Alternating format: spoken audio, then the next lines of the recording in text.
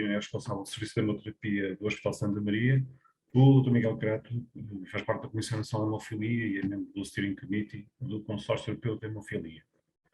Eu gostaria de dar as boas-vindas aos dois, agradecer a vossa presença e gostaria de dar o arranque ao tema desta sessão de hoje, lançando para a mesa este tema. Nós em Portugal estamos a assistir a mudanças muito impactantes no tratamento da hemofilia, especialmente com a utilização de fatores com uma duração de vida muito maior e que dão uma maior proteção aos pacientes com esta patologia.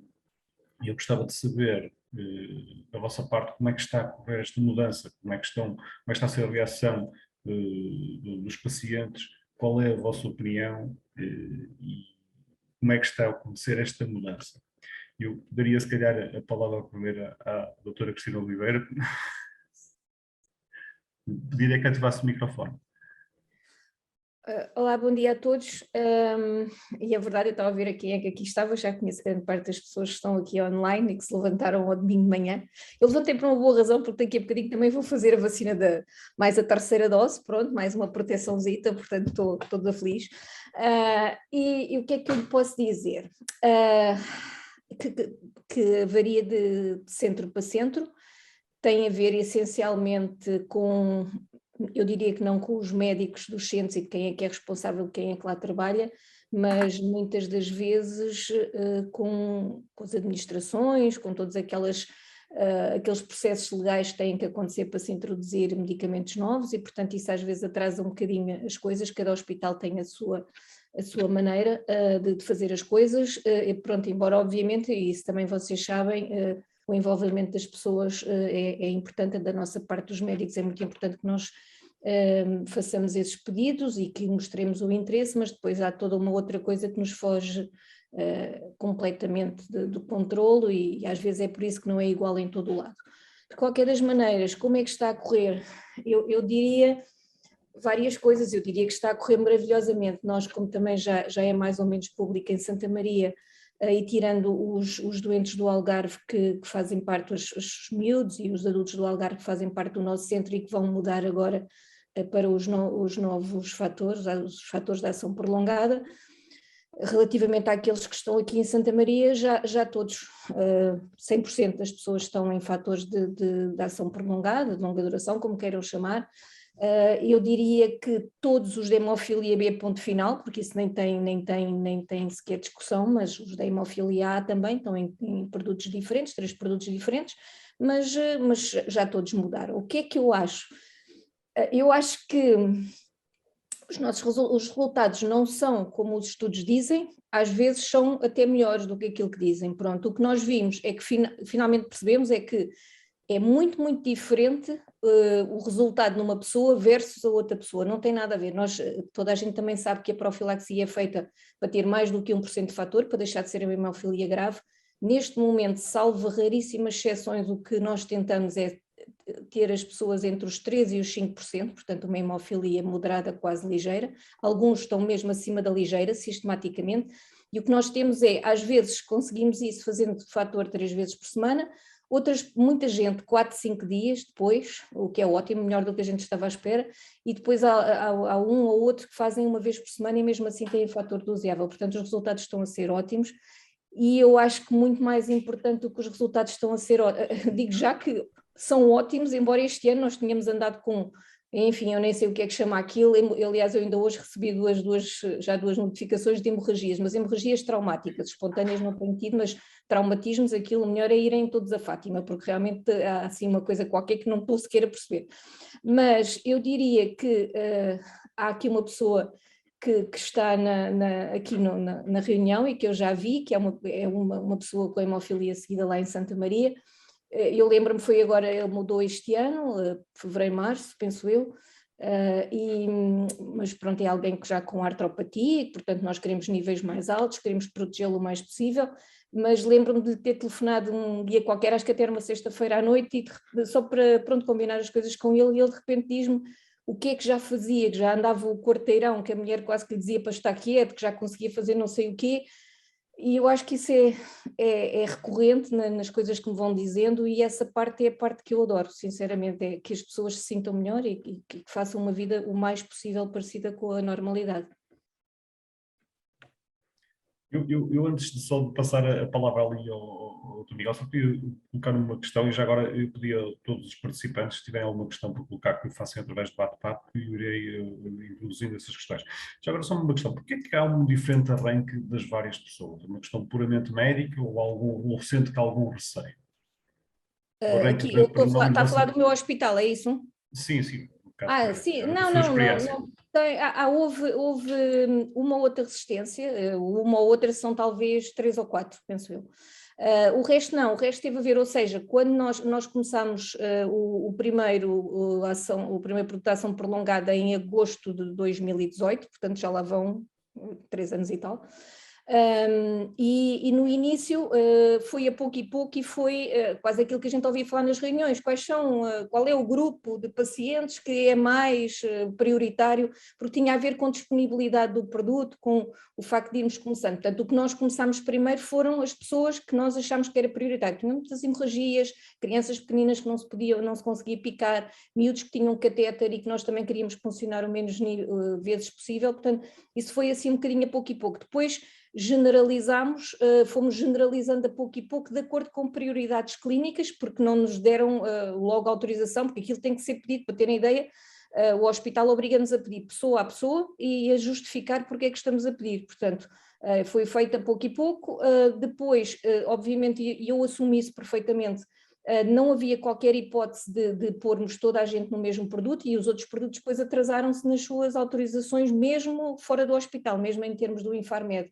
E, portanto, fomos pondo aqueles que achámos mais prioritários, fomos generalizando, e depois, quando no início deste ano tivemos mais 2 produtos disponíveis, aí chamámos toda a gente. Entretanto, alguns dos outros que tinham dito eram pais de crianças, que estavam confortáveis e que não queriam mudar, mas depois, à medida que foram vendo os outros fazendo, também quiseram mudar. Pronto, teve a ver com isso. Dr. Miguel Crato, as suas ideias sobre o que foi dito. Ora bem, então bom dia a todos. Eu começo por uma coisa que a doutora Cristina falou, de facto, é verdade. O que ficou demonstrado em ensaios clínicos, estas ditas novas terapias, já não são assim tão novas, não é que, entretanto, já a inovação continua, mas os resultados, em termos individualizados de cada paciente, tem demonstrado que tem havido melhores resultados do que as médias que tinham sido conseguidas nos ensaios clínicos. E, de facto, isto só vem provar que nós estamos completamente dentro da era da individualização da hemofilia. Agora sim, eu julgo que estamos mesmo na era da individualização, com as abordagens farmacocinéticas, o que permite um controle paciente a paciente. Por isso é que os estudos são importantes, obviamente, mas depois na vida real começam a aparecer os verdadeiros dados que comprovam a verdadeira eficácia e segurança destes novos medicamentos. Depois, a segunda coisa que eu gostaria de dizer é que isto tem sempre a ver com a gestão das expectativas dos pacientes. O que é que os pacientes esperam com estes novos tratamentos? E aí, obviamente, que o diálogo entre médico e paciente, a procura de fontes de informação por parte do paciente é fulcral para ele perceber o que é que ele vai querer com este novo tratamento. Como dizíamos ontem, se ele vai querer níveis superiores durante mais tempo, e eu julgo que isso é muito importante, porque nós todos habituámos a ver aquelas curvas farmacocinéticas e falámos de valores basais, falámos de percentagens mínimas que deviam ser atingidas para sangrar menos, mas o que é importante é olharmos para aquelas curvas e ver que a área debaixo da curva está progressivamente a aumentar. E esse progressivamente aumentar é a segurança que nós temos, é a proteção hemostática que nós temos, que nos é dado por este produto. Isso está a ser conseguido com estes novos produtos. Sem dúvida, muito mais relevante para a hemofilia B. É completamente um life-changing para a hemofilia B, os tratamentos de duração mais prolongada, porque realmente permite uma diminuição brutal do número de infusões e uma proteção sustentada no tempo de fatores, de níveis de fator 9 bastante elevados, praticamente transforma as pessoas com hemofilia B, digamos, em termos, se estivermos só a olhar para os níveis de fator, em hemofilias ligeiras. Isso seja um bocadinho diferente de hemofilia A para hemofilia B, o impacto disso. Agora, em termos de qualidade de vida, não há dúvida que estas pessoas têm uma oportunidade de ver a sua qualidade de vida melhorada devido a este prolongamento e esta maior área de proteção. E, acima de tudo, estas pessoas também têm que se esquecer que isto não implica que não tenham hemorragias espontâneas, como a doutora Cristina muito bem disse agora. Têm que continuar a ter alguns cuidados enquanto pessoas com hemofilia, mas de facto estão mais protegidas e isto permite-lhes alavancar o seu nível de atividade física, o seu nível, não só de atividade física, mas o seu nível de envolvimento social com toda a comunidade melhora brutalmente e depois é uma questão mental. Uma pessoa sabendo que está mais protegida também se arrisca a fazer mais coisas. Portanto, eu acho que do que eu tenho ouvido dos pacientes, não há dúvida que há um grau de satisfação grande, mais para a hemofilia B do que para a hemofilia A, e acho que estamos no bom caminho, e acho que o que eu desejava era que houvesse uniformização em todos os centros de tratamento destas práticas, para todo o país, não é falar a uma voz, mas tratar a uma só voz.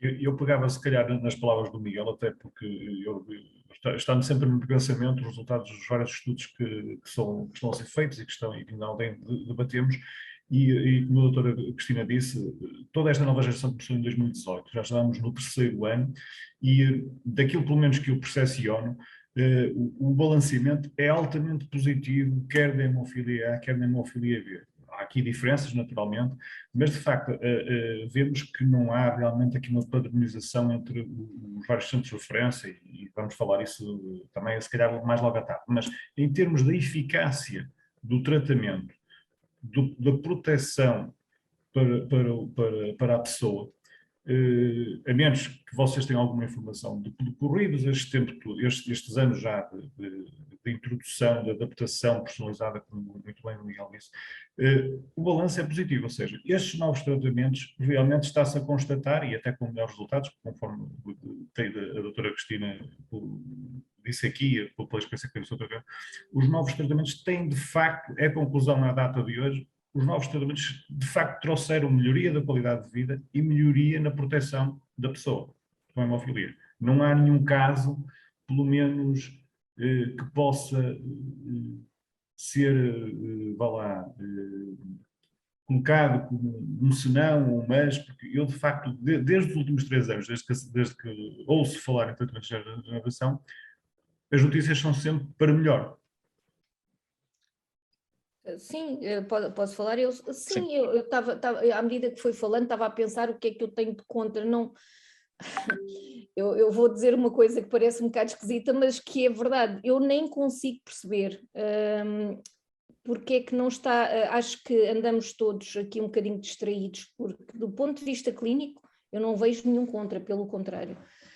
E do ponto de vista económico também não, portanto eu nem consigo, devem andar todos distraidíssimos e poupar dinheiro nas compressas em vez de pensar de uma maneira diferente, porque a verdade eu queria realmente, desculpa, eu queria realmente é que portanto, vocês confirmassem portanto, esta conclusão, um bocado empírica, não, mas é nós estamos exatamente isso, exatamente.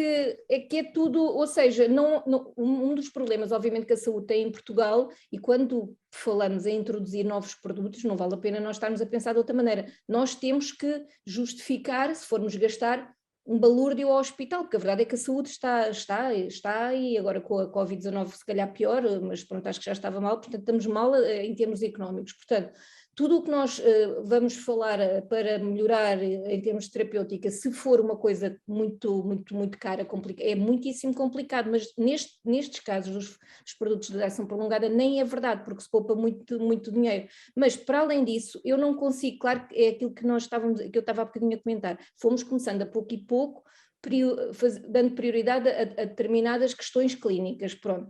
E houve alguns casos que nos meteram aqui, ou seja, nós até mudámos o produto, mas sempre com alguma precaução, nomeadamente as pessoas que tinham antecedentes de inibidores, que são bastantes até no meu centro, como toda a gente sabe.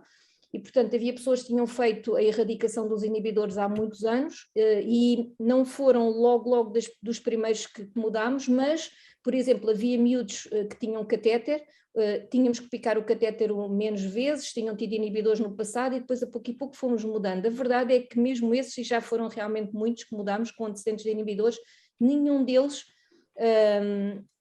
desenvolveu inibidores de novo, portanto estão todos bem, têm uma duração de fator em circulação, uma semivida boa e portanto mesmo esses não vejo nenhum contra. E realmente o que a mim me agrada é, claro que tem uns quantos, que têm que fazer 3 em 3 dias e depois têm 1 ou 2 ou 3%, ok. Mas tenho, eu diria, uma série deles que estão, imagino, por exemplo, tenho 2 irmãos que estão sistematicamente acima de 5%, eles têm artropatia, já são pessoas com 30 e tal, 40 anos, mas têm... fazem cada 5 dias, mas têm valores aos 5 dias, ao 5º dia, estão acima dos 5%. Estamos a falar de hemofilias ligeiras. Portanto, eles faziam 3 vezes por semana, segunda, quarta e sexta, passam a fazer de 5 em 5 dias e só não fazem mais porque eu acho que eles têm que estar protegidos e eles também gostam de se sentir protegidos, pronto. Mas não porque não tínhamos resultados, por isso é que eu acho que é bastante interessante isso. Eu estava habituada a ver sistematicamente, passado 48 horas, passado 72 horas, quando fazia os doseamentos do fator 8, ou fator 9 é um bocadinho diferente, estavam abaixo de 1%. Eu agora, quando eu encontro 2, 3%, já fico um bocadinho a pensar o que é que hei de fazer melhor, portanto acho que as coisas mudaram radicalmente, sem dúvida. Não sei se quer acrescentar. Não tenho muito mais a acrescentar, de facto, não são conhecidos efeitos adversos, a pergunta era diretamente essa, dos tratamentos de duração mais prolongada.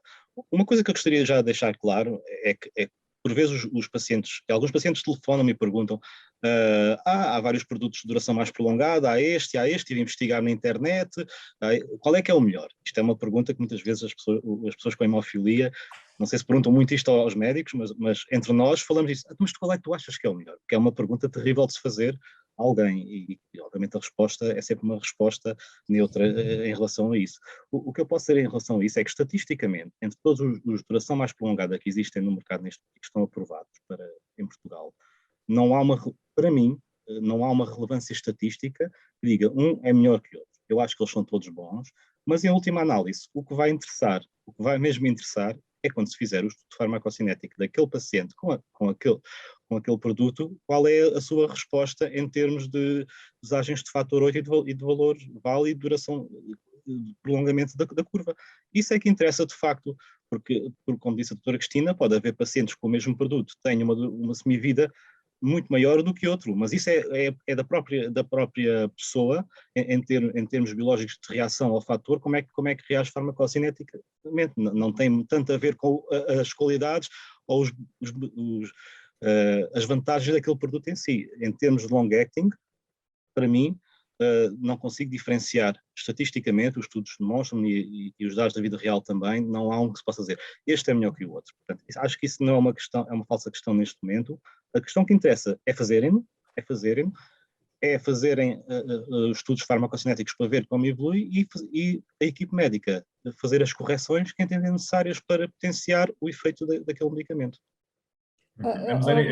Posso só acrescentar uma coisa, porque foi só uma coisa que ficou por dizer, antes de passarmos.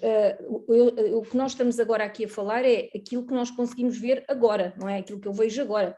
Eu não consigo fazer previsões para o futuro uma das questões que se pôs, embora cada vez mais vamos percebendo nos estudos, enfim, que talvez seja mais ou menos calmo, é a questão de ser PEGilado, não ser PEGilado. Não vale a pena também estarmos a passar ao lado dessa questão, porque essa questão existe, pôs muitas vezes em termos de reuniões médicas e mesmo aqui, e portanto essa é uma questão, mas essa é uma questão à qual eu não posso dar resposta, porque não faço a mínima ideia o que é que acontece daqui a 20 ou 30 anos, não parece acontecer, estou à espera que não aconteça nada extraordinário, mas essa é uma questão à qual eu não consigo responder, mas também a vida é o que é, não é? Uma questão Sim, de nem a doutora, nem nenhum médico consciente, mas a conclusão que eu queria que vocês confirmassem realmente é esta, e porque a doutora Cristina Cadeira disse uma coisa muito importante. Nós em termos de sociedade, começamos com os pacientes mais críticos, como a doutora Cristina muito bem disse, e há 3 anos, portanto, já temos um espaço temporal relevante para tirar as primeiras conclusões e para afastar, se calhar, alguns receios, tendo sempre em conta aquilo que também foi o Miguel, há um tratamento cada vez mais personalizado. Agora, eu gostava de pegar em todo este tema e perguntar-nos também, estes nós já os temos, já estão a ser, uns já estão em prática em Portugal, outros estão a ser massificados e adaptados conforme também a realidade de cada um, e os novos tratamentos que estão disponíveis no estrangeiro e que não estão disponíveis cá em Portugal, como é que se fará essa introdução e como é que está a decorrer. Nós estamos a atravessar, no caso da hemofilia A, das pessoas com inibidores, a massificação do emicizumab, mas não está de facto alargado a toda a realidade de todos os pacientes de hemofilia. Como é que estão a decorrer, como é que estão os resultados de novos produtos no estrangeiro e também qual é a vossa percepção neste momento da utilização cá em Portugal e como é que eles irão ser introduzidos aqui em Portugal? José, está a falar de fator, mesmo fator, ou terapêuticas alternativas também? Terapêuticas alternativas também. Ok. Terapêuticas alternativas, pronto, também acho que é mais ou menos público que nós cá em Portugal, por enquanto, só temos o emicizumab para as pessoas com inibidores, que têm essa alternativa e que é razoavelmente, pelo menos acho eu que é razoável para nós justificarmos, para mim é de certeza razoável, não é? Quer dizer, é pedir e ponto final. Mas isso sem dúvida nenhuma se justifica. Também mais uma vez, também começámos dos inibidores em fevereiro de 2018, portanto obviamente também já vamos fazer 4 anos agora de experiência com as primeiras pessoas que estão a fazer o emicizumab. Tem sido uma experiência ótima em termos mais uma vez de qualidade de vida para aquelas pessoas. Em termos das pessoas sem inibidores, é uma questão que me deixa... E vou dizer, e toda a gente aqui me conhece de gingeira, como se costuma dizer, não costumo dizer as coisas de uma maneira diferente daquilo que eu penso. Se eu pudesse, o que eu gostava de ter era, que não tem corrido nada bem, era um fator 8 subcutâneo, porque eu acho que o que eu tenho que dar às pessoas é aquilo que elas não têm, que é o fator 8. Não tendo isto, tem corrido muito mal em termos de ensaios com o fator 8 subcutâneo, e tudo quanto é subcutâneo tem corrido realmente mal.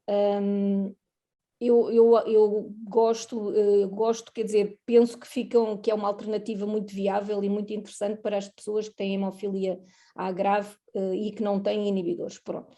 Não é fácil porque isso tem a ver com questões, enfim, aqui em termos do Infarmed e das negociações que têm a fazer com a companhia. Está aprovado clinicamente, portanto esse é um conceito muito importante. Do ponto de vista clínico está aprovado o emicizumab para as pessoas que não têm inibidores.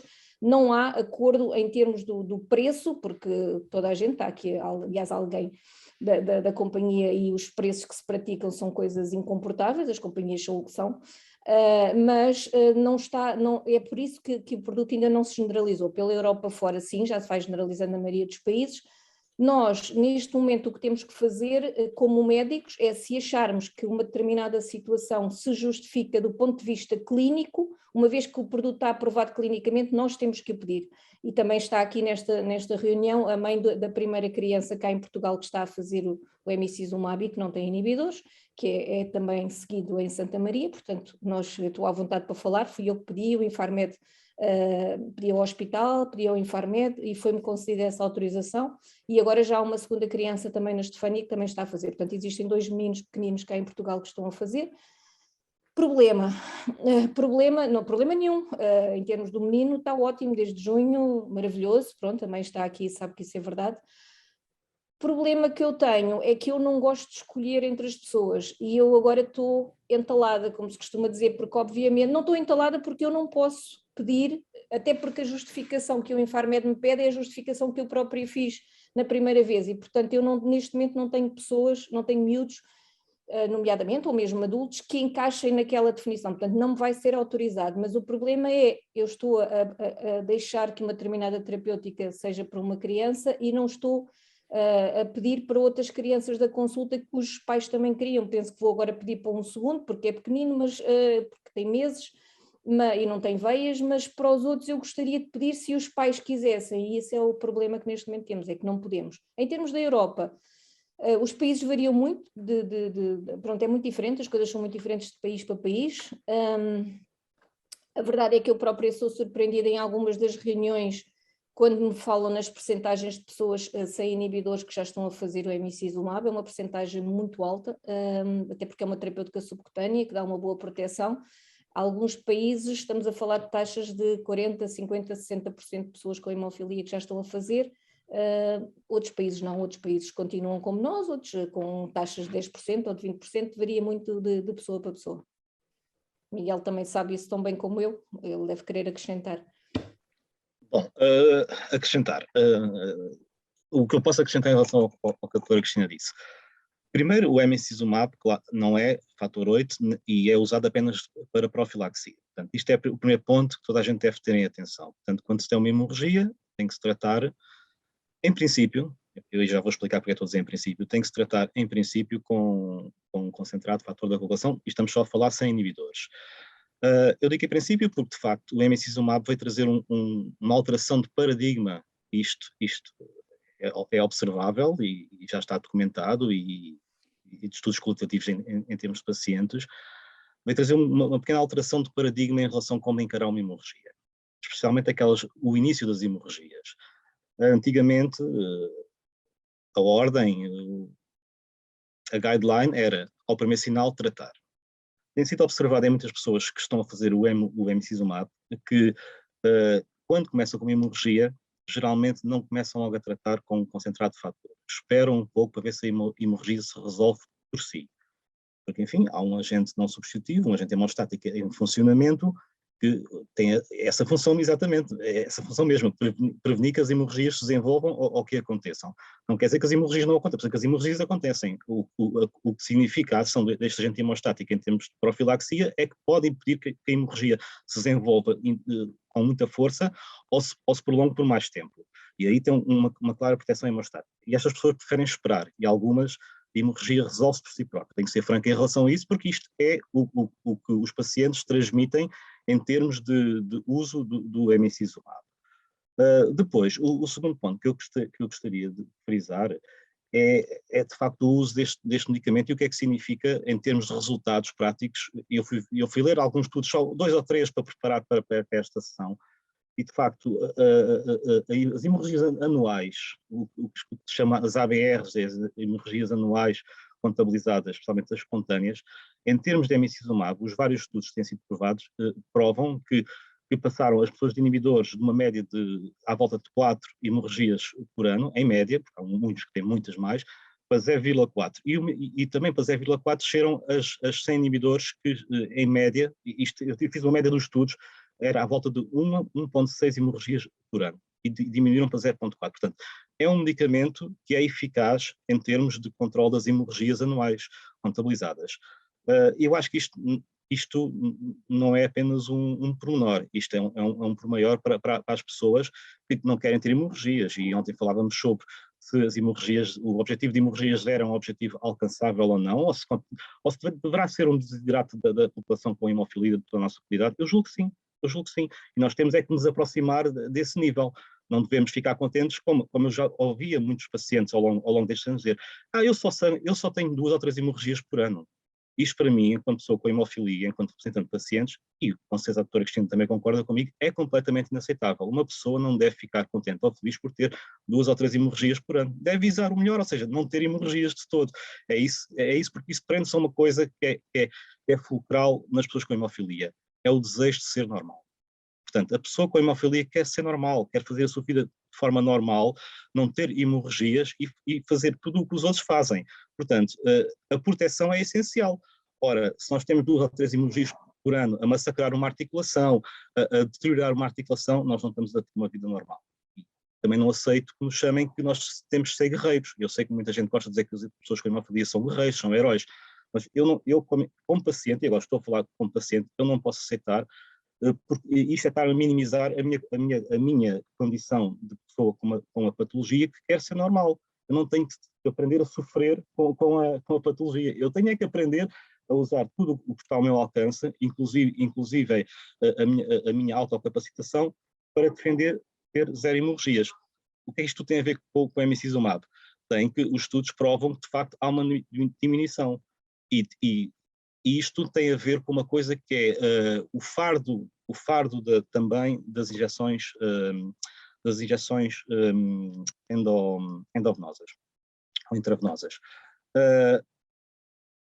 Por vezes fala-se que isto é conveniente para os pacientes fazer injeções subcutâneas. Eu acho que a palavra conveniente é muito mal utilizada e nós temos deixado de usar a palavra é conveniente para os pacientes. Temos que substituí-la por não fardo, ou seja, a injeção intravenosa é um fardo, quer queiramos, quer não. Há pacientes que têm acessos venosos horríveis.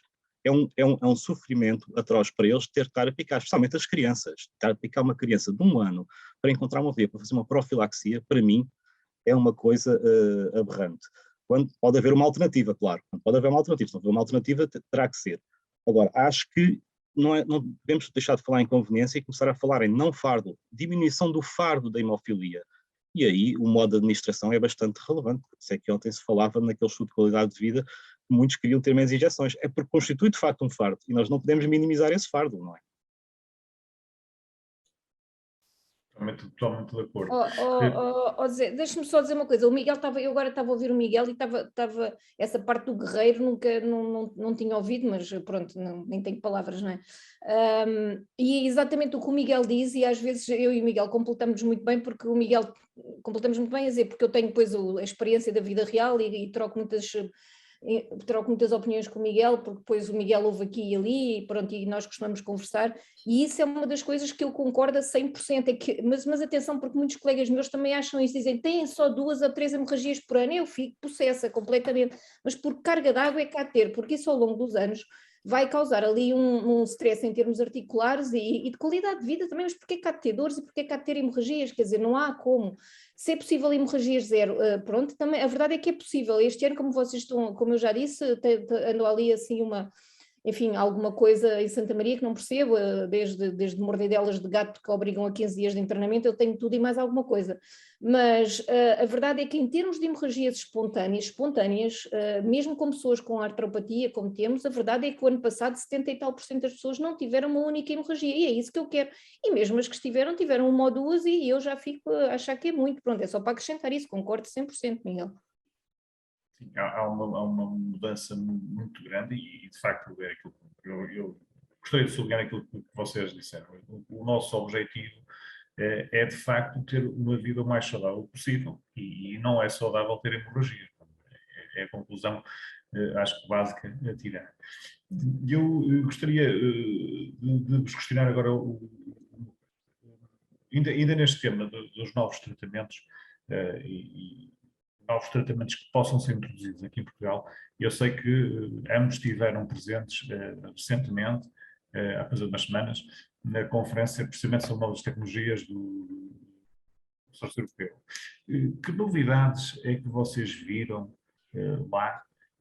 O que é que se está a fazer neste momento lá fora? Que ensaios é que estão a decorrer? Que novos tratamentos é que poderão aparecer? Sim, estivemos, mas sim, tenho que dizer que não houve muitas novidades, ou seja, para já há uma série de ensaios, e nomeadamente ultimamente aconteceu com vários ensaios de fator 8 subcutâneo, fator 8 subcutâneo e fator 7 subcutâneo que foram interrompidos. Aliás, o fator 7 subcutâneo foi interrompido agora no dia 12 deste mês, portanto por efeitos adversos ou por dúvidas que houve nos ensaios, uma série deles foram cancelados. Depois estávamos com muitas expectativas de ir ouvir alguma coisa, mas não houve novidades em termos de um fator que está ligado ao von Willebrand, que no fundo é um dos fatores que nós utilizamos agora da ação prolongada, mas que ainda seria mais prolongado, pelo menos uma vez por semana. Também não vieram novidades, tinha havido novidades agora no último Congresso Mundial, mas agora não houve novidades. Depois, em termos de alternativas, das terapêuticas alternativas, há alguns ensaios também com miméticos de fator 8 e também há um que está a ser desenvolvido pelas mesmas pessoas, que eu fico sempre fascinada com os tais japoneses que pensaram no emicizumab, fico sempre a pensar, porque realmente eu digo isto muitas vezes, mas eu e o Miguel estávamos lá quando eles apresentaram aquilo a primeira vez e fiquei a pensar quem é que se tinha pensado em fazer uma moléculazinha que fizesse de conta que era o fator 8, que no fundo é o que o emicizumab faz. E esse mesmo grupo agora está a desenvolver um produto que é uma coisa do mesmo género e que poderia eventualmente substituir o emicizumab mas sendo mais potente e tendo um modo de atuação um bocadinho diferente. Mas pronto, em termos de novidades não posso dizer que tenha havido, mesmo em termos de fator 9 também não, portanto não pode ter havido. Depois a seguir penso que ainda vamos falar um bocadinho da terapia génica, que há algumas novidades, mas não houve assim grande coisa, mas talvez o Miguel se lembre de outras coisas. Não, de facto não me lembro, porque de facto não houve grandes novidades. Eu acho que estamos numa época de consolidação de algumas terapêuticas e basicamente o que foi transportado para esta conferência foi a atualização dos dados que há sobre a eficácia tanto dos long-acting como do emicizumab. Pronto, e mesmo em termos de efeitos adversos, a inexistência de uns, tanto uns como neutros. Portanto, foi basicamente uma consolidação. Eu diria que a grande estrela desta Conferência sobre Novas Tecnologias do Consórcio Europeu foi a terapia génica. Já veremos estrela pela positiva ou pela negativa, mas de facto foi, porque como estamos na iminência da aprovação pela FDA americana e a consequente aprovação pela EMA da primeira terapia génica, já não deve durar muito. Digamos que o que foi debatido em larga escala foi os efeitos adversos e as preocupações que as pessoas continuam a ter com a terapia génica. Portanto, isso, digamos, foi o ponto fulcral. Eu quase diria que se podia ter chamado conferência sobre a terapia génica. Mas em relação aos long-acting, em relação ao emicizumab, a doutora Cristina já referiu algo. Há de facto um medicamento, como a doutora Cristina referiu, muito promissor, que é o BIV001, ou Extend, que de facto pertencia a semivida para o fator 8, a hemofilia A bastante grande. Nos ensaios tem-se observado níveis basais de 17% ao fim de uma semana, e isto é brutal, 17% de fator 8 ao fim de uma semana, com a possibilidade de fazer uma injeção uma vez por semana e ter níveis de 17%, é brutal. E de facto, se este medicamento conseguir passar pelo crivo dos ensaios clínicos, eu julgo que será, isto sim, um life-changing para a hemofilia A, com fator 8, e não com uma molécula que imita descaradamente o fator 8. Eu queria só colocar a questão, em termos de terapia génica, estamos mais próximos da realidade ou continuamos mais próximos da ficção?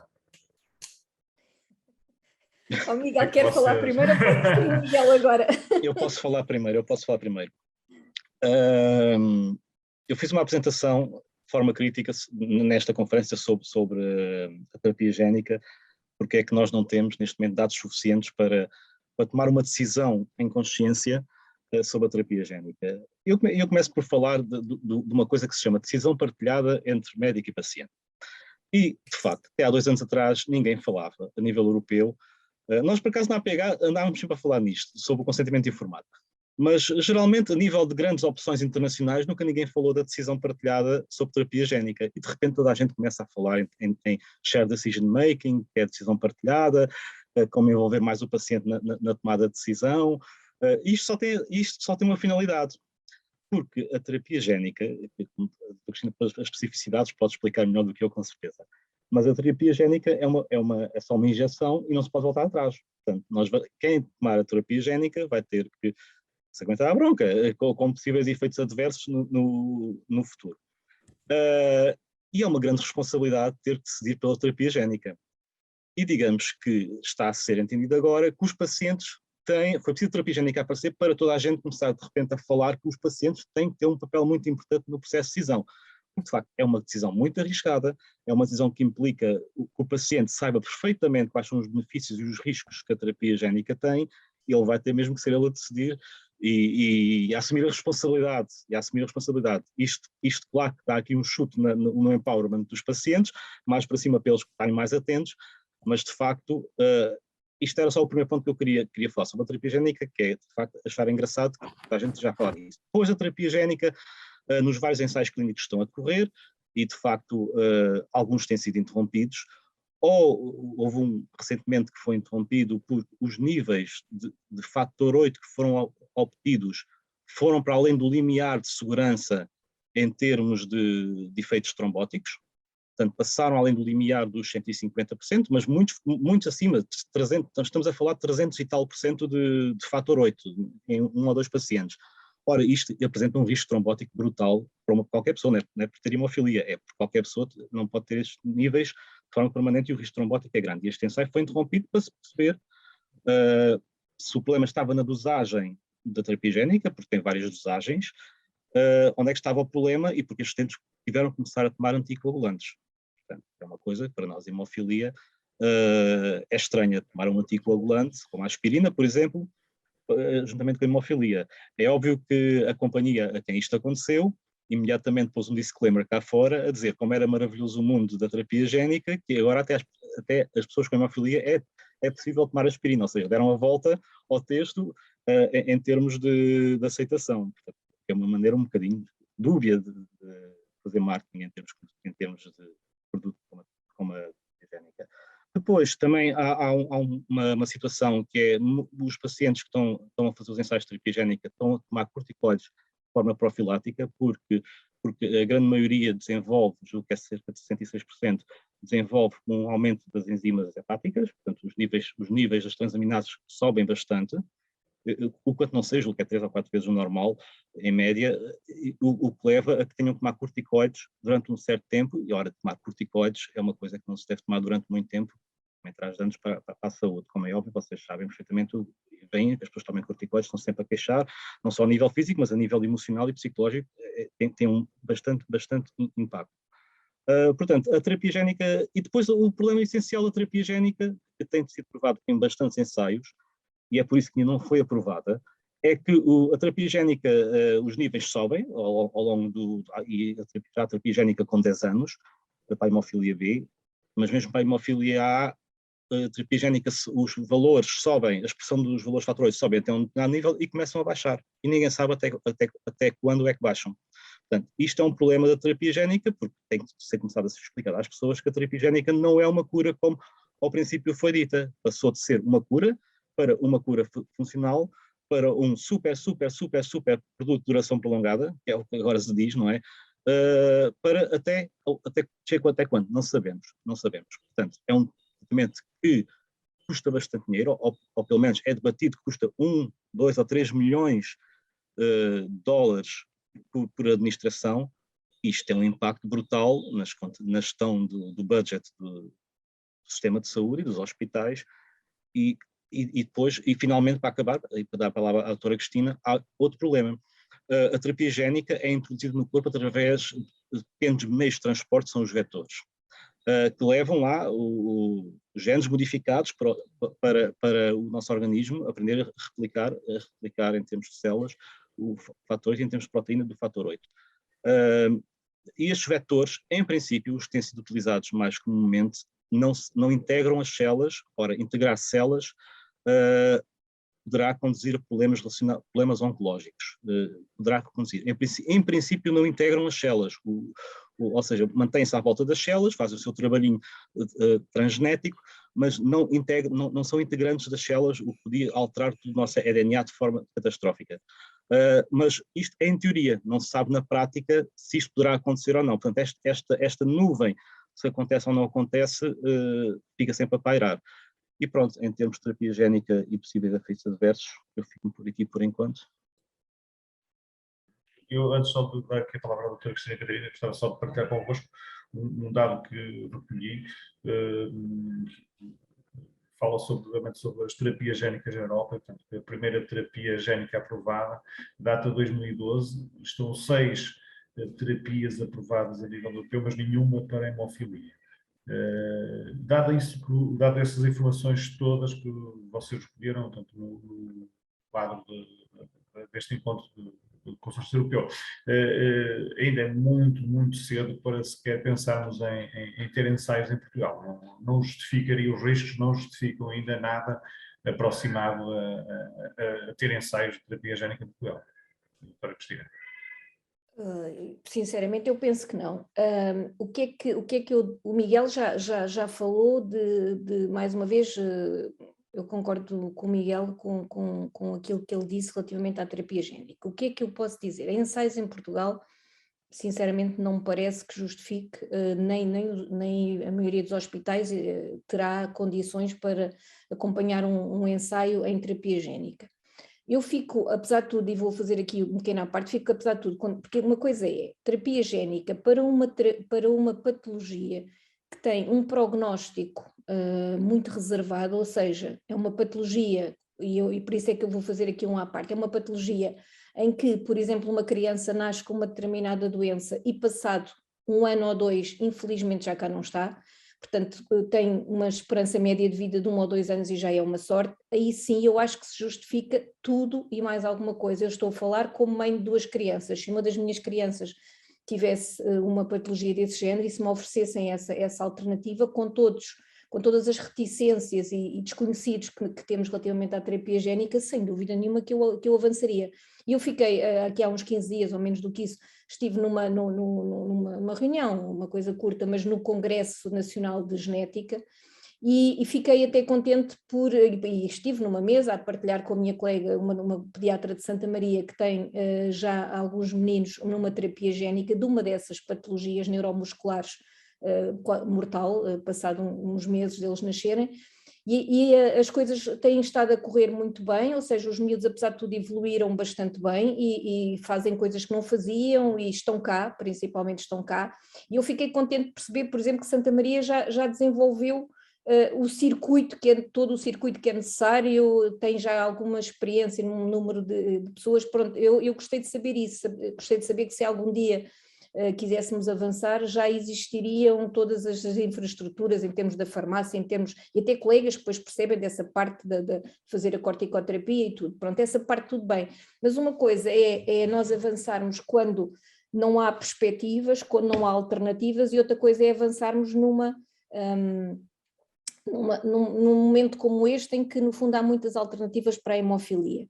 Agora, eu percebo, não tenho ninguém interessado em fazer isso, embora algumas pessoas por acaso já colocaram a questão, mas realmente não estão interessadas. Não tenho, porque acho que realmente temos alternativas. O que é que nós médicos fazemos? E também, mais uma vez, também está aqui a mãe daquelas 2 crianças que avançámos num deles para um ensaio, nomeadamente com o emicizumab. Nós tivemos uma primeira fase, ou seja, é verdade que de vez em quando aparecem terapêuticas que nós achamos que vão ser interessantes. Podemos pensar em quem é que nós temos na nossa consulta que poderia beneficiar daquele novo tratamento, e foi o que aconteceu com a Teresa, toda a gente conhece a Teresa, foi o que aconteceu com a Teresa numa primeira fase.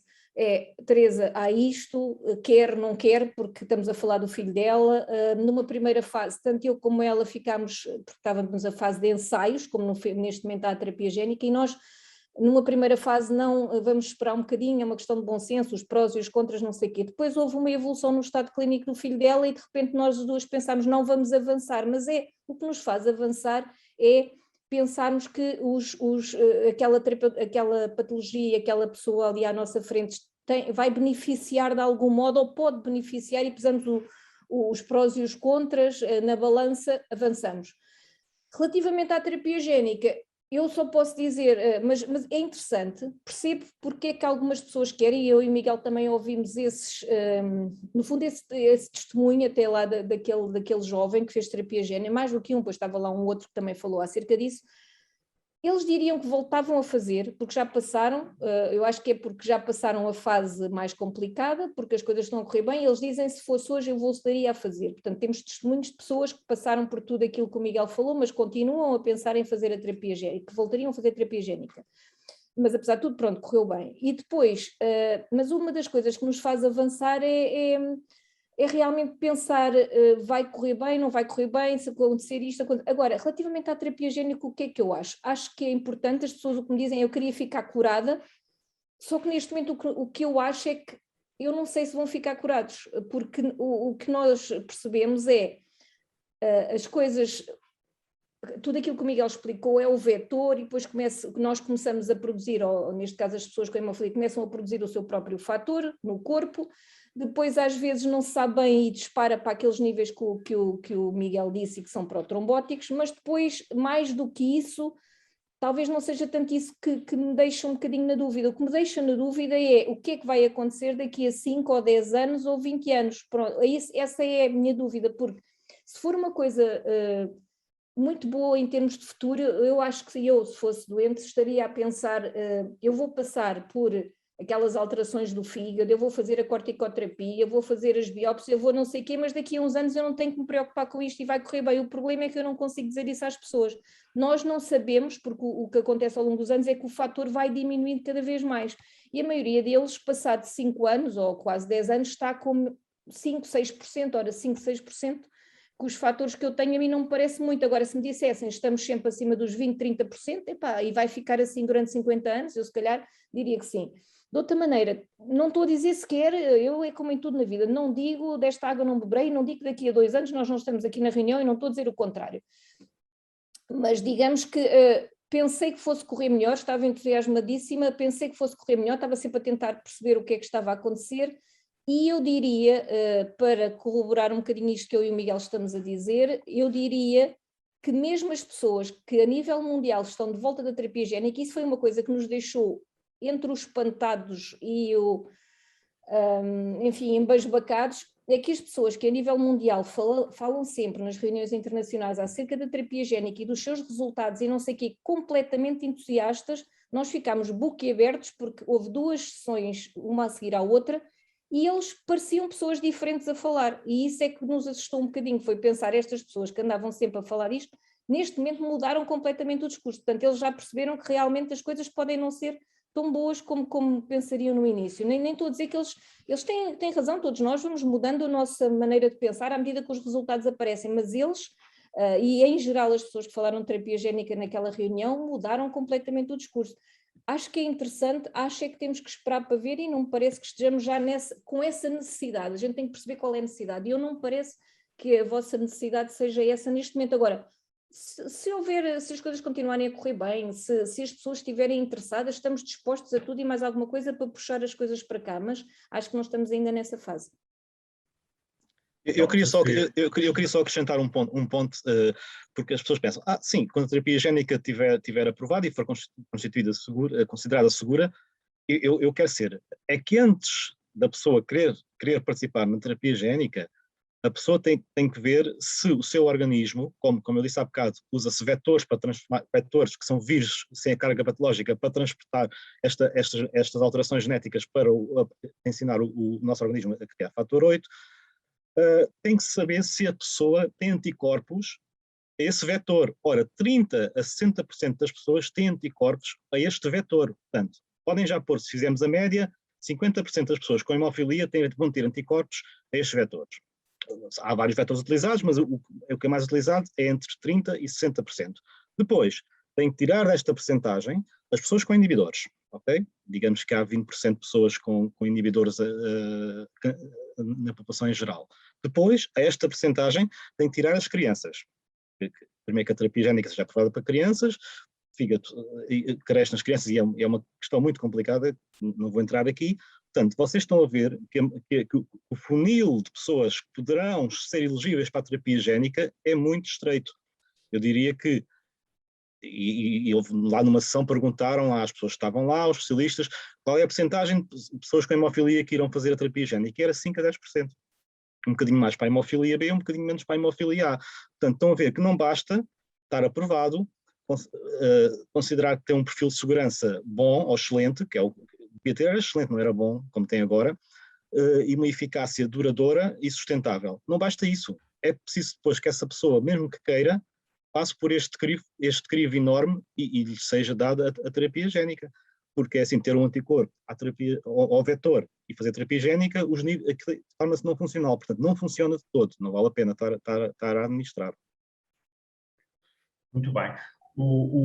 E então, pegando então, mais uma vez, fazendo o link aquilo que vocês acabaram de dizer e tendo esta constatação, este ponto de situação que vocês fizeram de forma muito, muito boa sobre a terapia, qual é a vossa expectativa do que poderá ser a nossa realidade aqui em Portugal nos próximos anos? Estou a falar num espaço temporal de 2 a 5 anos. O que é que nós podemos esperar em termos de tratamentos? Vamos ter aquilo que estávamos há bocado a dizer, se houver uma evolução favorável, uma padronização dos subcutâneos, vamos ter, se calhar, a introdução de novos tratamentos de maior duração ainda do que aquilo que temos hoje. Qual é a vossa expectativa e quais serão as vantagens que poderão vir daí para as pessoas com hemofilia? Se for, José, é diferente ser 2, 5 ou 10 anos. Sim. Se forem 2 anos, eu gostaria mesmo muito que todos os centros tivessem o que eu tenho aqui, não é? Que era toda a gente nos fatores de ação prolongada. Vamos ser muito terra a terra naquilo que eu gostaria que acontecesse, e acho que se calhar vocês gostariam que acontecesse. Não, ninguém obriga ninguém a mudar para um fator de ação prolongada, mas pelo menos essa possibilidade de ser oferecida, e eu diria que a maioria das pessoas vai perceber as vantagens. Em 2 anos, se isso acontecesse, eu era uma pessoa feliz. Se fossem 5 anos, pronto, acho muito tempo, mas era feliz na mesma, pronto. Por isso essa é o que eu mais desejo.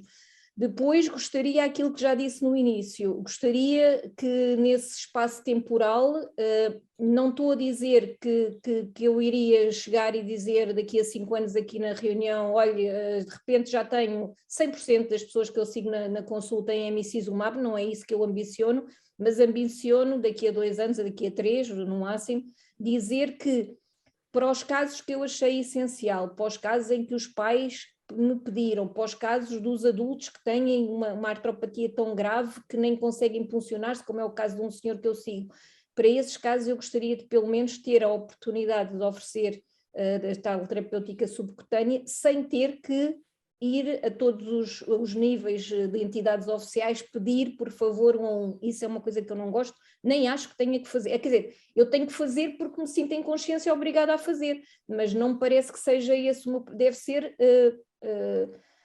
proporcionado de alguma maneira, porque as companhias e as entidades oficiais se entendam entre eles, uma vez por todas, mas não temos que ser nós a fazer esse papel, deve ser oferecida a quem está interessado.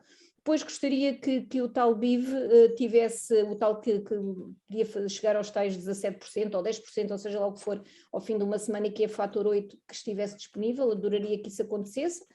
Se aparecerem outros miméticos, como aquele que eu estava a falar há bocadinho, que ainda se revelam, eventualmente até ele por exemplo, faz uma vez por mês, subcutâneo, pronto, que eventualmente tivesse ainda mais, que fosse seguro e que tivesse essa eficácia que eu espero. Essencialmente seria isso, pronto, como já perceberam, não ambiciono daqui a 5 anos ter terapia génica, não me parece, não estou a dizer que não vai acontecer, não me parece que seja a minha ambição, mas de certo modo, relativamente ao fator novo, os fatores que nós temos são bastante bons e portanto eu penso que permitir a tal profilaxia uma vez por semana, uma vez cada 15 dias, e portanto eu acho que já é uma boa alternativa, mas assim de um modo geral é o que eu penso que seria importante. Miguel. Bem, eu concordo praticamente com tudo que a doutora Cristina disse. É quase impossível discordar do que ela disse, especialmente da parte do gostaria. Isto não é uma questão do que... É o que nós gostaríamos que acontecesse. Em relação à hemofilia B e ao fator 9, sem nenhuma dúvida, daqui a 2 anos eu prevejo altas percentagens de toda a gente a fazer os tratamentos de duração mais prolongada. Nem concebo que possa ser de outra maneira. Acharia aberrante que não fosse assim. Em relação à hemofilia A, eu sou sempre favorável à possibilidade de escolha por parte dos pacientes dos tratamentos que fazem, desde que isto se constitua para eles uma vantagem terapêutica.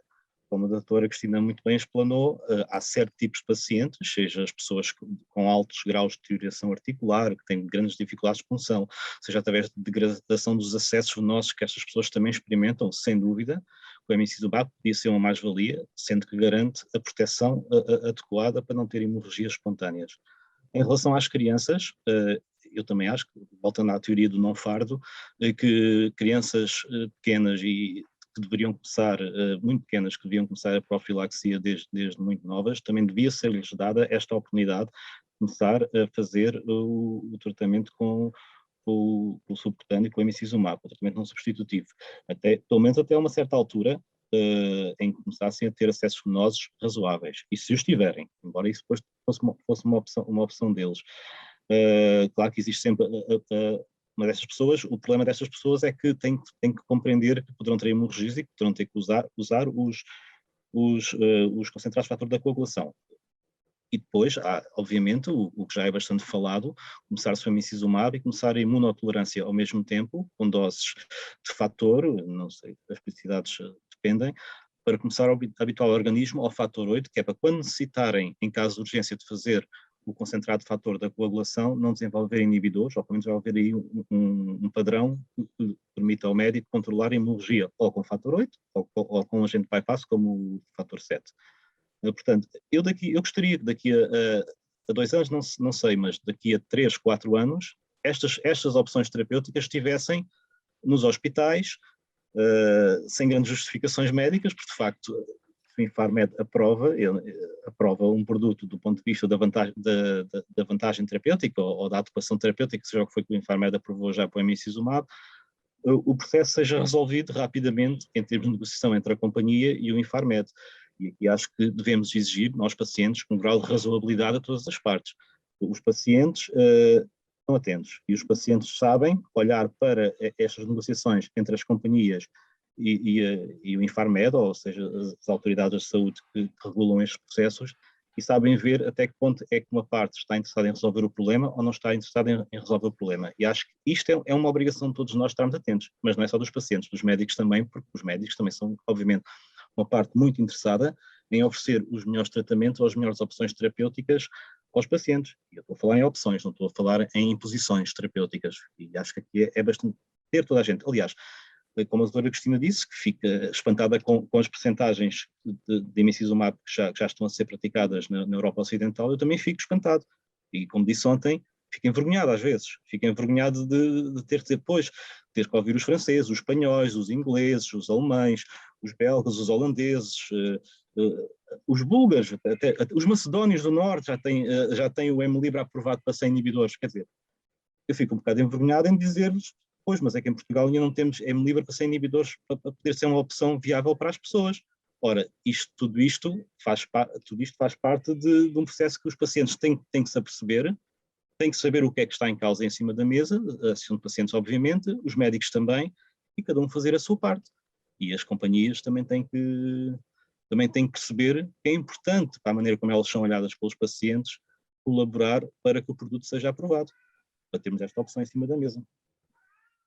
Bem, eu tenho aqui já algumas questões que foram colocadas no bate-papo e estão ligadas com aquilo que nós tivemos aqui em debate. Eu gostaria de aproveitar a todos os participantes para aproveitarem agora, portanto, para colocarem a questão no bate-papo, eventualmente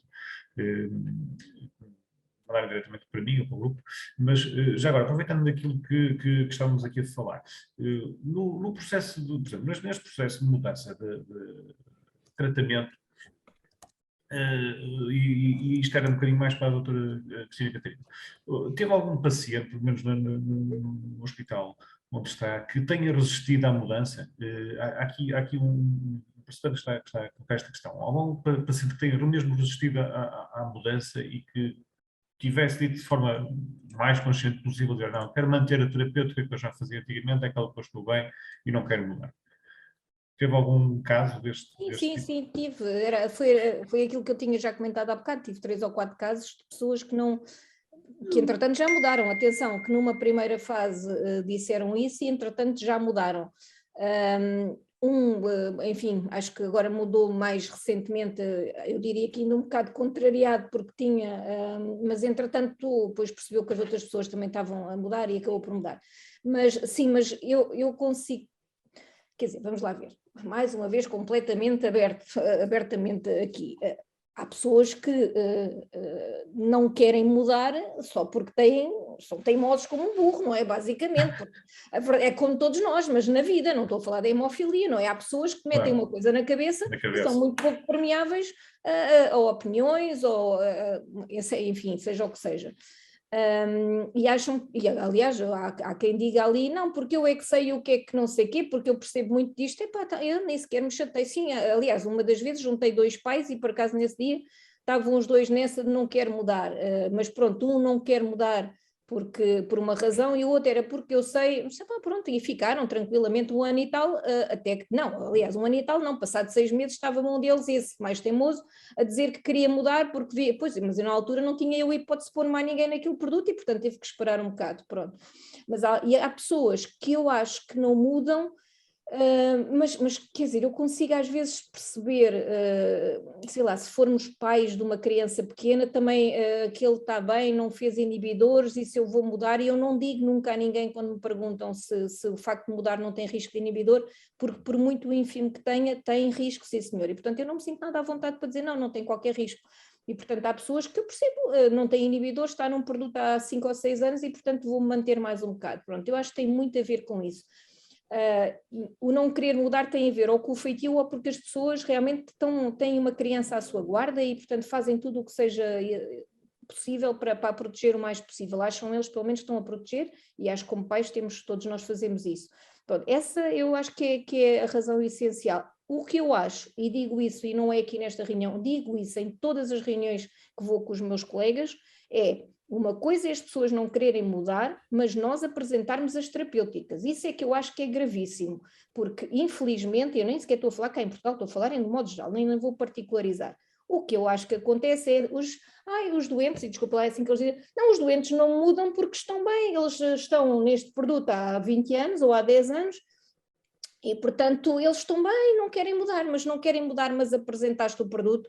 Não, eles estão bem, eu achei que... Não, isso é uma coisa que eu fico possessa completamente. Uma das coisas que tem que se fazer é, deixo-me andar a ler os artigozinhos todos e mais alguns. A partir do momento em que eu acho que tenho uma terapêutica que mostra ser segura, ser eficaz e ser uma mais-valia, o meu dever como médica, tenho a certeza a 100%, é demonstrar, e todas as pessoas que são seguidas lá em Santa Maria sabem que isso é feito. Inclusive agora aprendemos com a pandemia, temos aquelas reuniões que eu chamo da IURD, não é? Em Zoom, também já tiveram, e portanto aquilo é, quando foi, por exemplo, dos Ação Prolongada, no início deste ano, é juntamos 10 ou 20, apresenta a terapêutica, vão pensar para casa, depois digam-nos. A minha obrigação e a dos meus colegas em Santa Maria, e deve ser de qualquer médico, é apresentar as terapêuticas. Se as pessoas se sentem à vontade ou não para mudar, isso já é uma coisa, isso é uma decisão delas que depois nos comunicam particularmente. Agora, não mostrar que as coisas existem, isso é que eu acho que é grave.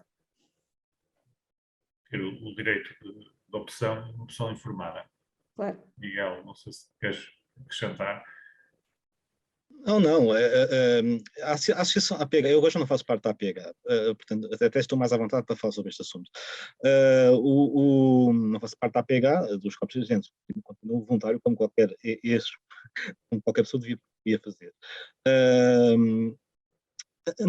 A APH sempre defendeu que havia o direito dos pacientes de ficarem nos mesmos produtos se assim o entendessem.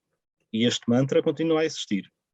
Agora, isto é verdade quando nós estamos a falar, ou isto é absolutamente verdade quando nós estamos a falar de produtos semelhantes. Agora, isto deixa de ser verdade, digamos assim, de forma total, quando nós estamos a comparar produtos que são comparáveis em termos de vantagem terapêutica. E é isto que os pacientes têm que entender. Se podem ter uma vantagem terapêutica com aquele paciente, tem que se informar completamente e exigir do seu médico especialista que o segue que lhe dê informação total sobre as novas terapêuticas disponibilizadas. E como a doutora Cristina disse, e muito bem, os indícios que nós temos é que isto não acontece em todos os centros. Não há uma conversa, geralmente. O doente não perguntou, mas é assim, o doente ou o paciente, eu disse o doente porque é a forma como são tratados. O paciente não tem, por natureza, meios próprios, não tem ferramentas de literacia próprias para perguntar, e depois tem um receio histórico que acontece com muitos pacientes, não é só na hemofilia, mas em muitas doenças crónicas, de questionar o médico como se fosse pôr em causa um saber adquirido ao longo de décadas e através de ensino universitário e ensino académico, e estudos académicos, e o paciente tem este receio, que é um bloqueio mental que o paciente tem, em colocar a questão. Eu acho que é dever do médico, é um dever deontológico do médico perceber se está perante um paciente deste. O médico tem que dar uma forcinha, tem que dar um empurrãozinho para o paciente à vontade, porque nós já tivemos no passado médicos a dizerem aos pacientes, inclusive pacientes que nós fornecemos estudos, nós a pegar, fornecíamos os estudos para eles verem e falar com os médicos, porque eles não estavam à vontade, não estavam informados, o médico voltar-se para o paciente e dizer-lhe, está bem, trouxe-me os estudos, mas não é você que vai ensinar a missa ao padre. Portanto, é este tipo de respostas. Depois se generaliza, isto é uma coisa que depois se generaliza entre a comunidade, porque as pessoas falam entre si, que intima o processo de comunicação e o processo de liberdade para perguntar ao médico as questões que devem ser perguntadas em termos de vantagens terapêuticas de novos produtos e de questionar o médico. Os médicos, do ponto de vista deontológico, devem ser questionados. Faz parte da sua deontologia serem questionados. O direito à segunda opinião é um direito dos pacientes e é um dever de aceitação por parte dos médicos. Portanto, não há problema nenhum. Estamos em 2021, estas questões são perfeitamente naturais. O direito à segunda opinião e o direito a questionar. Nada mais normal. Portanto, o problema está aqui, muitas vezes, e aquilo que a doutora Cristina diz é verdade, passa por uma mudança de mentalidades, passa também para, obviamente, a Associação Continental do Trabalho tem feito em termos de awareness para estes pacientes, e fala em perder um bocadinho o medo de ter. É fácil falar, o nível de literacia não é o mesmo, mas e nós continuamos a ver casos aberrantes, às vezes em hospitais que nós pensávamos que era de referência, em que as coisas não é que são ocultadas aos pacientes. As informações são dadas de forma errada a propósito aos pacientes, para eles não optarem por outra terapêutica. Portanto, eu já vi isto acontecer muito recentemente num hospital e fiquei chocado. Com isto. Portanto, isto continua a acontecer e acho que todos nós temos que pensar um bocadinho sobre isto. Eu acho que a parte da solução para este problema podia ser, assim como há uma associação de pacientes, haver uma associação de imunohemoterapeutas em Portugal, já houve no passado, mas voltar a existir de forma eficaz, para esta harmonização de práticas, de boas práticas, existir e ser posta em prática. E isto é essencial neste momento, porque nós temos uma desarmonização completa em termos de centros de tratamento em Portugal, em termos de comunicação e em termos de tratamento. Muito bem, eu não tenho neste momento nenhuma pergunta adicional aqui no bate-papo, mas gostava de vos deixar aqui também uma pergunta. Nesta mudança que estamos todos aqui a viver e da qual nós queremos participar e que faz sentido nós participarmos, o que é que a APH pode ainda ajudar e também como é que os pacientes, nas suas consultas, na sua abordagem médica, como é que nós podemos ajudar de forma a que a introdução destes novos tratamentos, das novas tecnologias, seja feita de uma forma cada vez mais consciente e seja também, possamos de alguma forma também ajudar os médicos de facto, que estas tecnologias sejam disponibilizadas para aplicação e aplicação caso a caso e que sejam introduzidas o mais célebre possível dentro da segurança clínica que é desejada. Qual o papel, neste momento, qual o papel o próprio paciente poderá ter diferente para ajudar, nós dissemos há bocado, na consolidação destas terapêuticas, na massificação, na padronização aqui em termos de terapias. Uma maior exigência, maior intervenção, esta pergunta é um bocado genérica, eu lamento, mas é mesmo assim, o que é que nós individualmente, em termos de associação, poderemos ajudar a comunidade também médica e para que as coisas melhorem, não daqui a 5 anos, mas amanhã? Eu não sei, por um lado, eu estava a pensar o que é que podem ajudar. Eu acho, para já, eu acho que nós médicos termos medo, entre aspas, que hajam pessoas com hemofilia, que estão associadas, que leem não sei o quê, que não sei o que mais, não consigo perceber. Epá, por mim tudo bem, não tenho qualquer problema, aliás ela também está por aí. A Teresa, por exemplo, quando encontra um artigo que acabou de sair e que ela tem acesso, envia-me, não tenho problema rigorosamente nenhum disso. Quando eu não sei, digo que vou perguntar e que vou saber. Portanto, essa parte, nós nos sentirmos inseguros relativamente às pessoas nos questionarem, não é o meu caso, mas se calhar é o caso de algumas pessoas. Por um lado, isso não tenho nada contra. Até gosto quando eu apresento as terapêuticas que as pessoas já saibam alguma coisa e que me saibam fazer as perguntas certas para, assim, ser mais fácil para mim. Eu não, ao contrário, se calhar também de muita gente, a maioria das vezes o que me acontece é eu falo e percebo que a pessoa não tem rigorosamente informação nenhuma e depois terminamos sempre a conversa de uma maneira, enfim, não estou a dizer que é má, mas mostra que confiam em mim, mas o que me perguntam sistematicamente é o que é que fazia se fosse para o seu filho. Pronto, e a conversa termina sempre assim, tudo bem, é porque confiam em mim, mas eu gostaria que eles percebessem um bocadinho mais e que fizessem e tomassem essa decisão mais conscientes daquilo que estão a fazer. A outra coisa que eu gosto e que não tem a ver propriamente com as pessoas individualmente, a outra coisa que eu gosto e que eu acho que me ajudou muito ao longo dos anos, porque eu diria que os últimos anos, eu estava-me aqui a rir sozinha, a pensar que, bem, quem não nos conhece, eu estava a pensar se eu e o Miguel parecemos um casal jovem ou um casal já muito antigo, não é? Mas parecemos um casal já muito habituado um ao outro, porque a verdade é que concordamos. Estava a pensar, os casais mais antigos às vezes não concordam, mas eu e o Miguel temos realmente uma maneira de pensar muito, muito parecida, muito prática e muito parecida. O Miguel começou, na altura tornou-se presidente da associação quando eu também me tornei responsável aqui em Santa Maria. E o que eu estou a dizer relativamente ao Miguel, digo em relação ao Nuno, que eu conheço há muitíssimos anos e que agora, em substituição do Miguel, com quem eu me entendo perfeitamente.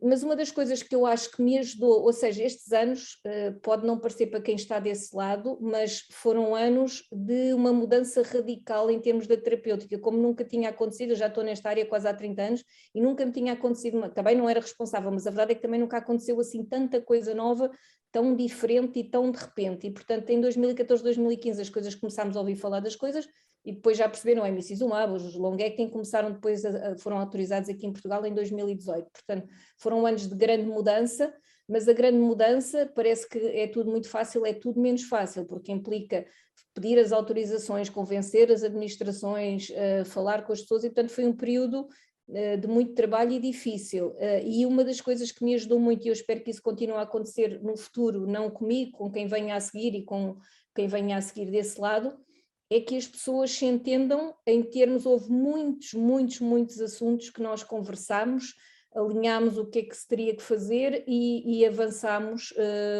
obviamente percebendo que do outro lado está uma pessoa que entende o que se vai fazer. Eu acho que essa parte conviria continuar a acontecer, que nós nos continuemos a entender, sem dúvida nenhuma. Miguel, não sei se queres acrescentar. Eu queria pôr o assunto do outro ângulo. A pergunta foi o que é que a APH pode fazer melhor, não é? Julgo eu, de forma genérica. Eu acho que a pergunta aqui tem que ser o que é que os pacientes podem fazer melhor. Uma APH que tenha um nível de dependência dos pacientes em relação a ela muito grande, nunca será uma boa APH. Uma APH, quando os pacientes estão muito dependentes da associação para resolver os seus problemas, para mim nunca é um bom sinal. A APH não serve para resolver problemas, a APH serve para criar nas pessoas as ferramentas para elas conseguirem resolver os seus problemas. E dessa forma é quase um fórum de formação constante em relação às pessoas, para se aprenderem a defender por si próprios. Eu sempre achei que isto era o mais importante na relação associação-pacientes. Não que os pacientes venham pedinchar coisas à APH ou acham que a APH tem que fazer tudo por eles. Não, essa é a forma errada de fazer as coisas. A APH tem a criar os meios de ensinar as pessoas a saber mais, a tomarem autoconsciência da sua posição de paciente crónico, do seu nível de exigência que deverão exigir e obviamente também do seu nível de ponderação que deverão utilizar. Isso também será sempre importante. E para serem autónomos. Um paciente tem que ser autónomo, não tem que ser dependente nem dos médicos, nem das associações de pacientes. As associações de pacientes, enquanto um todo, ajuda estas pessoas a crescerem e a tornarem-se melhores pacientes na sua relação com o Sistema Nacional de Saúde e com a sua patologia. Isto acho que é o que tem que ser feito.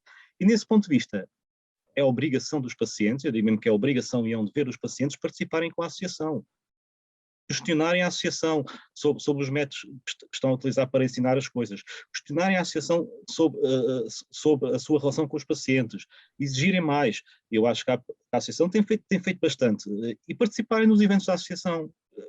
É assim, não reclamarem apenas, serem vozes proativas na solução dos problemas.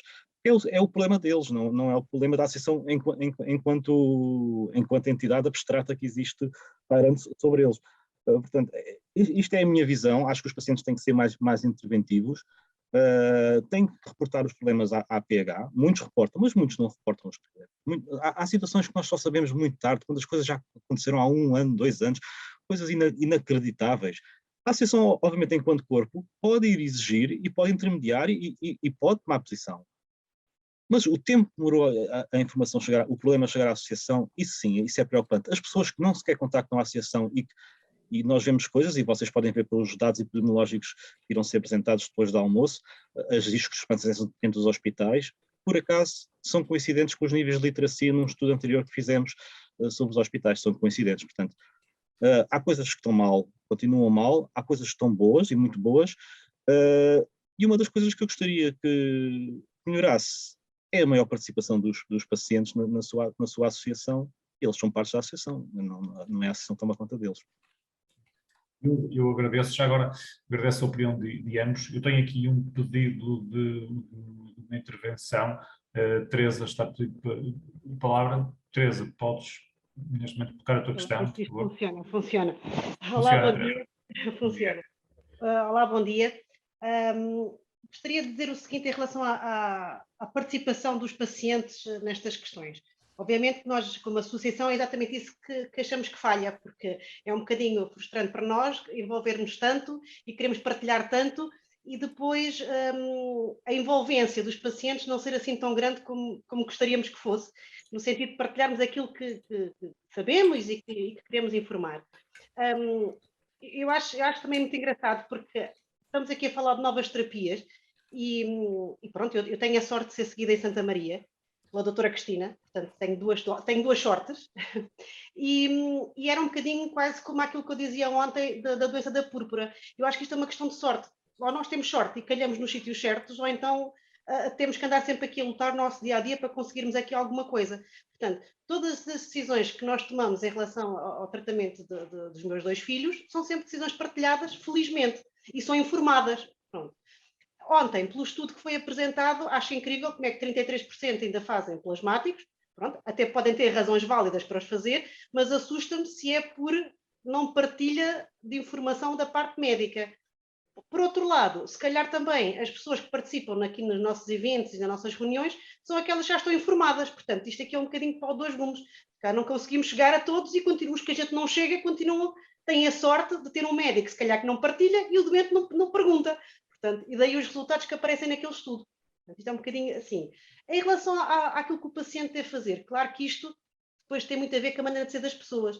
Eu, quando comecei nesta vida da hemofilia, eu não comecei com a doutora Cristina. Portanto, na altura, nem com a doutora Cristina, nem com o Miguel Crato. Portanto, na altura não eram nenhum dos dois que estavam à frente das decisões. No caso do Hospital Santa Maria, era a doutora Alice Tavares. Para aqueles que não conhecem, era conhecida por ter assim um feitio muito peculiar, era uma pessoa complicada de se falar. E de tal forma que, quando chegou à altura do meu filho mais velho desenvolver os inibidores, ela apresentou-me logo ali a situação, põe-se um catéter central e faz aqui uns tratamentos. Ei, vamos lá parar com isso, eu não sei o que é um catéter central, isso não parece nada atrativo, eu quero saber outras informações, por favor explique-me. Fiz-lhe tantas perguntas, que ela às tantas virou-se para mim e disse-me assim, olha, eu vou-lhe passar aqui uma série de e-mails de médicos especialistas europeus e você faz as perguntas todas. E depois, pronto, faz a sua avaliação, porque assim tem uma forma de comparar aquilo que eu estou a dizer com outros médicos. Pronto, e assim fiz, portanto. A doutora Alice, que era conhecida até por ser assim bastante intransigente, viu-se forçada quase olha, fale com outros, tira as suas opiniões, não siga só por mim. O que eu achei fantástico. Portanto, isso deu uma abertura para eu perguntar e depois, no fim, também tive a humildade de ter com ela e dizer, olha, estou satisfeitíssimo porque tudo o que você me transmitiu foi realmente o que os outros médicos também aconselharam. Pronto. Portanto, tem a ver um bocadinho com o papel dos pacientes e nós não desistirmos só porque o médico tem mau feitio ou porque tem má cara. Continuamos a perguntar, continuamos a chatear, porque não? Também é conhecida a história que a doutora Cristina também partilha várias vezes, que quando a doutora Alice saiu, os pacientes foram distribuídos pelos 3 médicos do centro, portanto, a doutora Cristina, a doutora Artur e a doutora Fátima, e nenhum deles queria ficar comigo. Portanto, pronto, calhou a doutora Cristina, que tinha que ficar com a Fava. E pronto, ainda bem que ficou. Era só para partilhar isto. Ok, Teresa, eu agradeço. Não sei se algum dos convidados quer acrescentar alguma coisa. Já estamos um bocadinho adiantados na hora, eu não queria Vamos, e eu tenho a minha vacina, que daqui a 20 minutos tenho que estar a dar o braço, portanto tenho mesmo que ir. Doutora Cristina, quando quiser, eu só queria uma resposta muito rápida, só uma questão. O desafio do hemofílico faz a sua condição no futuro. Estes novos tratamentos, a maior proteção, a maior segurança no seu dia-a-dia, está a trazer, e eu noto nisso em alguns companheiros dos que estão aqui, uma menor atenção à sua condição. É um risco? É, sem dúvida nenhuma. Eu também já partilhei muitas vezes, à medida que se sentem mais protegidos, tomam menos atenção, sem dúvida nenhuma. Mas para mim isso é muito mais óbvio nas pessoas nas pessoas pais que estão a fazer o emicizumab, sem dúvida nenhuma. Apesar de também aí haver dois grupos de pessoas completamente diferentes, ou seja, tem a ver com o seu passado. O emicizumab, por exemplo, lá no meu centro, foi começado em 3 ou 4 pessoas que já tinham inibidores há vários anos e, portanto, sabem o que é a hemofilia, sabem quais são os riscos, sabem reconhecer os sintomas, sabem se têm pelo menos uma ideia de se têm de se tratar e se aquela dor é para tratar ou não é para tratar, sabem puncionar-se, porque se puncionaram ao longo dos anos, os pais puncionaram os seus filhos, o adulto autopuncionou-se durante muitos anos, portanto sabe tratar-se logo que tem uma hemorragia se achar que as coisas estão a complicar, portanto há todo um conhecimento que facilita muito depois perceber que está tudo a correr bem quando começaram o emicizumab, não precisam de se tratar, aquela dor não é para tratar, a outra é para tratar, trata e funciona logo, portanto há todo esse passado e depois há os novos são os pais e os meninos que desenvolveram inibidores, nós temos muitos inibidores nos últimos 2 ou 3 anos, muitos são para uns 4 ou 5, pelo menos, aliás temos 7 ao todo. Mas realmente o que acontece com esses eles desenvolveram inibidores, nós já estávamos a começar o emicizumab, a utilizar o emicizumab e, portanto, rapidamente tiveram uma ou duas hemorragias, desenvolveram inibidores e pedimos logo a autorização para começar o emicizumab, começámos o emicizumab logo a seguir e esses aí eu continuo a achar que esse vai ser o grande risco no futuro, as pessoas que não sabem ainda reconhecer hemorragias, que como estão a fazer o emicizumab dá-lhes uma sensação de segurança que não é real, bate com a cabeça, eu estou a falar, atenção que não estou a falar de todos, estou a falar de casos que eu tive lá, bate com a cabeça, mas está a fazer, deve estar bem, isto não é nada, não tem nada, vou continuar, essa sim eu acho que é o risco que temos, é uma sensação, eu diria que há 1 ou 2 ou 3 pessoas lá dos que estão a fazer o emicizumab, que a sensação é que aquilo é uma terapia génica e que estão curados, e esse sim, eu fico ansiosíssima com isso, e além disso tem o contra, mas isso provavelmente também não tem culpa nenhuma, né? Que não sabem impulsionar-se, ou seja, nem vale a pena ter fator em casa, exceto quando vão de férias ou vão para longe, porque não sabem fazer a punção, e portanto não vale a pena ter, é vir rapidamente para o hospital e depois nós temos que os tratar, mas esse sim é um risco, sim, sem dúvida. Miguel, só para fechar, não sei se Não, eu estou aqui, tenho que fazer a vacina. Faltam 11 minutos, tem que estar lá. 11 minutos.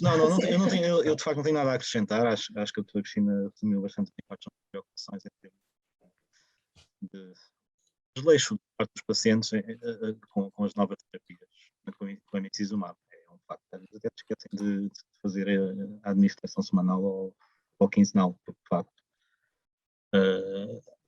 não se sentem, pronto, deixaram de ter hemorragias e então, por causa disso, esquecem-se rapidamente, muito facilmente, que têm hemofilia. De facto, é um perigo. E só uma coisa, com os fatores de ação prolongada também, estou a ser apanhada de surpresa por muito, eu estou sempre a debitar que faz exatamente da mesma maneira, se tem uma hemorragia com a mesma dose, rapidamente, se possível nos 30 minutos a seguir, exatamente da mesma maneira, pelo menos o primeiro tratamento exatamente da mesma maneira, mas a maioria das pessoas, por muito que eu esteja a dizer isto, também estão a achar que estão mais protegidos e estão a atrasar os tratamentos, esse é outro risco também. Eu não sei se a Cristina vai ter que ir embora. Não, vou mesmo, eu vou-vos deixar porque senão é que aquilo tem horas mesmo. E eu agradeço muito a presença da doutora Cristina e do doutor Miguel Grato. Agradeço também a todos os participantes que puderam dispensar aqui um tempo de manhã para estarem nesta sessão. Gostaria também de agradecer à indústria pelo apoio que deram à APH na realização destas sessões, nomeadamente à Baia, à Novo Nordisk, à Cotofarma, à Pfizer, à Roche, à Sonafi, à Sofi e à Takeda, e agradecer mais uma vez a participação de todos e convidar-vos para, da parte de tarde, assistirem às nossas 2 sessões que vamos ter às 15 e às 17 horas, muito interessantes, sobre os dados epidemiológicos de 2020, e também um debate com os representantes dos 5 principais centros de referência, os 5 centros de referência em Portugal. A todos, agradeço mais uma vez a vossa presença, um bom resto de dia, um bom almoço. Obrigado.